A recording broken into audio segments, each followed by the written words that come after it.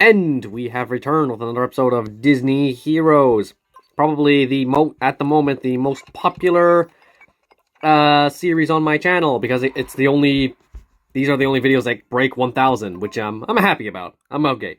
Okay, so, Ariel and Zeus are now yellow. I was hoping to get Shigo yellow, but then there was, like, the prize wall quest demanded Zeus be maxed out for insane prizes. So I couldn't say no to that, and now Zeus is maxed out, and I'm actually glad I did, because his skill, his friendship disc with Hades is busted. I mean, I think they nerfed it a little? No, they didn't really nerf it. I mean, I'm not actually sure what they did, but anyway, it's a really strong ability, that one is. So, but anyway, we're not here to talk about Zeus. We're here to talk about Phil. It is Phil. Okay, what's the matter? You never seen a SATYR before? Oh, I love Phil. Who's your biggest fan? Why, it's Phil, trainer extraordinaire. This surly SATYR is guaranteed to help your team be the best of the best. Okay, I really like the sound of his skills, so I'm just gonna hop right into it. Hero Trainer, passive. At the start of the battle, the player chooses an ally for Phil to train, linking to them for the rest of the battle. While the battle is on auto, Phil chooses the frontmost ally at the... Yeah, we all know how that works. Active. Phil encourages his linked ally to get in the fight by cleansing them, resetting their green and blue skill cooldowns, and making them invincible for 4 seconds. If Phil doesn't have a linked ally when he uses his skill, the player chooses a new ally for Phil to train. If the battle is on auto, he chooses the frontmost ally, and so on. Phil then encourages the newly linked ally, applying all the effects of them, and then applying Invincible has a chance to fail, yada yada yada. But the cleanse and the cooldown resets do not have a chance to fail, so that's good. So I wonder what its basic attack looks like. We'll have to figure that out later. Target dummy. This one's like a distraction, which is really good. Phil plants a target dummy in the middle of the enemy team, distracting them for 5 seconds. When the target dummy leaves combat, enemies receive 5 stacks of fatigue and have their movement and attack speed reduced by 70% for 5 seconds. Distract, fatigue stacks, and slow all have a chance to... Oh, that's not good. That ain't good at all. I mean, yeah, all this is good, but then that... Ooh, I never like it when abilities do that.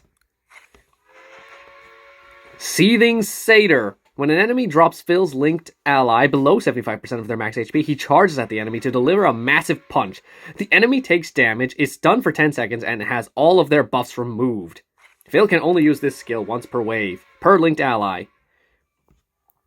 Oh, so hang on. So what does that mean? If Phil links to an ally that is already below the HP threshold, he will charge at the next enemy that damages the linked ally. Phil is immune to disables while charging. So does that mean never mind. It's hard to complain.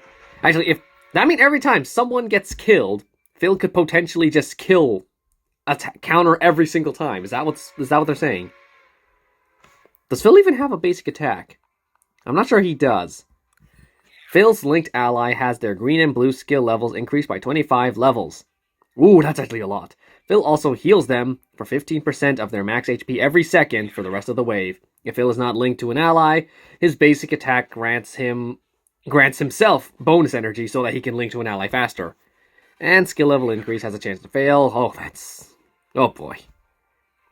A lot of chance with this guy, so you have to keep those skills up or else he's not going to be too useful. Going the distance. When Phil's linked ally uses their white skill, he gets cleansed, heals for HP, and gains 30% attack speed for 3 seconds. Phil now has different chances to throw each of his 4 items with his basic attacks. Oh yeah, he does have a basic attack. And then each of the items he holds actually gives him special abilities, which is something I really like. Okay, let's see. He has a 40% chance to throw the vase and knock back enemies' hits. The column has a 30% chance to come out, and it'll stun enemies. The helmet has a 20% chance to 20% chance to use the helmet, which steals energy, granting it to himself and his ally. And if I could just scroll down, the trophy has a 10% chance to be thrown, which deals a bonus normal damage and applies all 3 special effects. Oh, all good abilities right there. What about friends? What do your friends do? You have friends with Honey Lemon, okay? Phil's linked ally is precise and has their armor and reality increased by 20%. Okay, that's another precise ability. That's actually really good. If you actually you can make him link with Beast. You can basically choose whoever you want to be precise. That's honestly really good. Phil's just really good here. Who's this? Mike Wazowski. You're telling me that he can be friends with Mike Wazowski, a character who's been in this game since forever, and he can't be friends with Hercules, who was in here after Mike Wazowski? Ugh. This game's friendship logic is kind of strange. I know there's, like, a system to it, but it's still strange to me. Phil's linked ally has their basic damage and skill power increased by 15%. Phil gains 150 energy when his linked ally KOs an enemy. Phil can only gain energy this way once every 6 seconds. I'm thinking this one's better. It basically means you can choose whoever you want to be precise. And unfortunately, we cannot spar with him. That's pretty much all we have. Yep.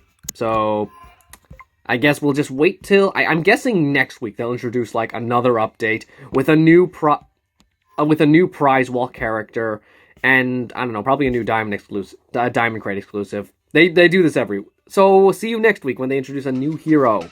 Bye.